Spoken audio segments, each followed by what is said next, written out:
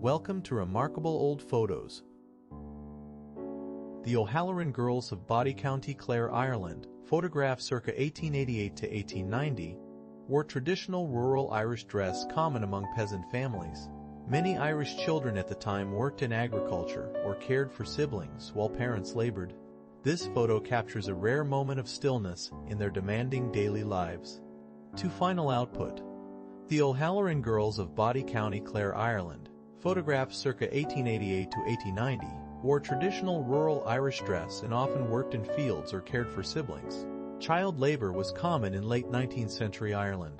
Wait, that's 2 sentences. Let me correct to 1 sentence under. Frank Shea closed his Greenwich Village bookstore in summer to sell books from a Ford truck-turned-book wagon on Cape Cod in the 1920s, pioneering mobile book sales in America. The Paramount Theater in NYC, a hotspot for film premieres and live shows in 1956, once hosted the Beatles' legendary 1965 concert, drawing screams from 3,500 fans. In 1902, workers dug subway tunnels near Grand Central on Park Avenue, viewed from 42nd Street facing southwest. The IRT line opened just 2 years later in 1904. Tom sold hot tamales on the USC campus in Los Angeles in 1910, a common street food tradition among Mexican vendors at the time. Tamales have been a staple in Mesoamerican diets for over 7,000 years. New York City blanketed in snow on February 11, 1952, during a record-breaking winter storm that dropped over 20 inches of snow in some areas. Lucy the Elephant, built in 1881 inches, Margate City, New Jersey, is a 6-story elephant-shaped building and the oldest surviving roadside tourist attraction in the U.S. A man operates the console of an IBM 1620 computer in the 1960s, a machine used for scientific calculations and early programming education. It could perform just 100,000 instructions per second, less than a modern calculator. In 1925, the Texas company operated at Linworth Place and C Street Southwest in Washington, D.C., a site later linked to early corporate efforts in motor fuel standardization.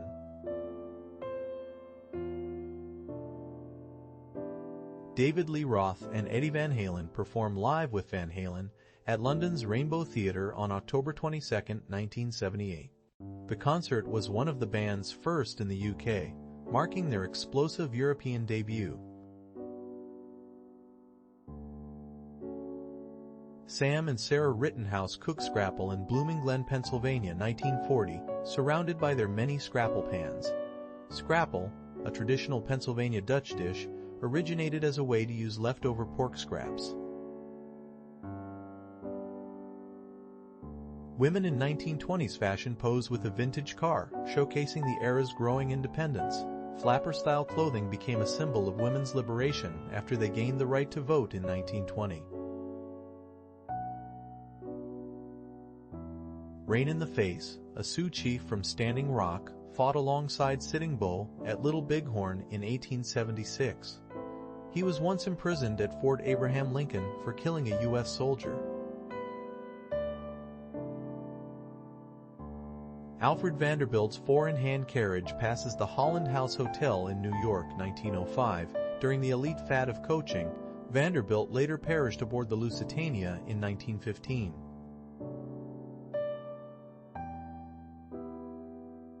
A bustling street in Memphis, Tennessee during the early 1900s features horse-drawn carriages and early automobiles sharing the road with pedestrians in period attire, and the city was a major hub for the cotton trade, once ranking as the largest cotton market in the world.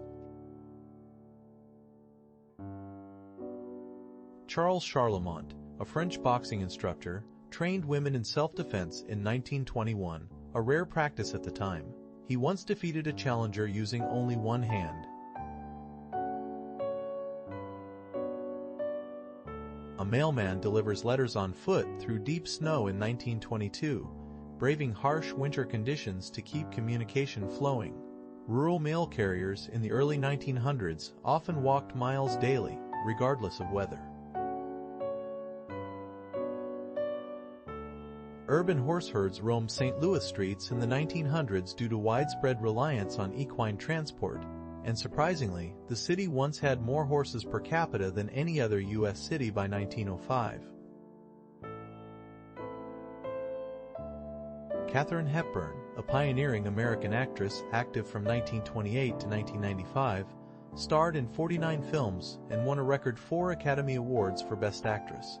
She often defied gender norms by wearing pants, which was uncommon for women in Hollywood during the 1930s. Maxine McDonald operated a Homestead wireless radio in Alaska, connecting remote communities to Derby Base. Between 1935 and 1955, she was one of the few women radio operators in the Arctic during that era.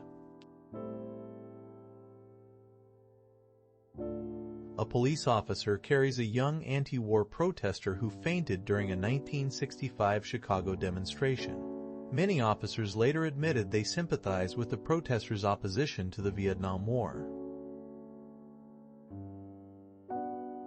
Sir Ian McKellen in London, 1969, years before his iconic roles in The Lord of the Rings and X-Men. He became the first openly gay man to play Shakespeare's Richard II at the National Theatre in 1969.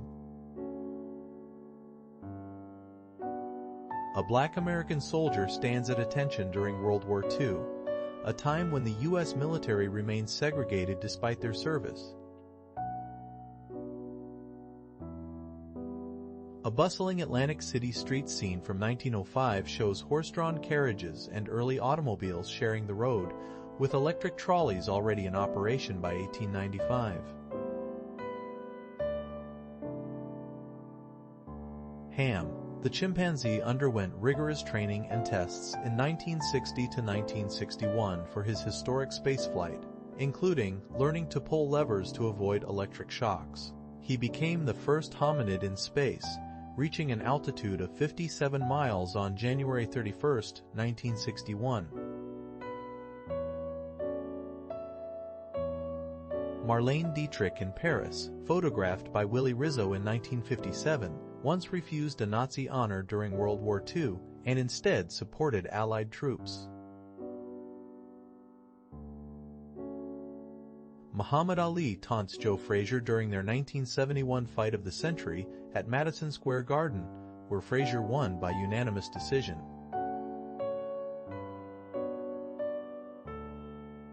On a bustling Los Angeles boulevard in 1936, streetcars and early automobiles shared the road, reflecting a city in transition. The first freeway in the U.S. opened in Los Angeles in 1940.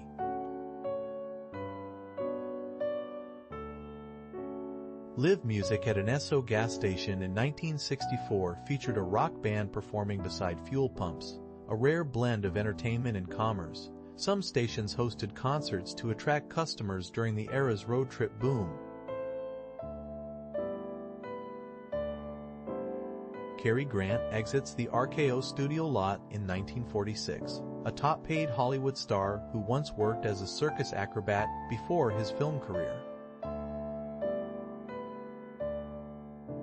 American actress Gloria Grahame captivated audiences in 1949 with her sultry screen presence, and she won an Academy Award for Best Supporting Actress for her role in The Bad and the Beautiful in 1952. People's Drugstore at 14th and U Street in Washington, D.C., circa 1920, was a bustling hub in the heart of a thriving Black American community during the Harlem Renaissance era. Thank you for watching. If you enjoy historical photos like this, consider subscribing for more.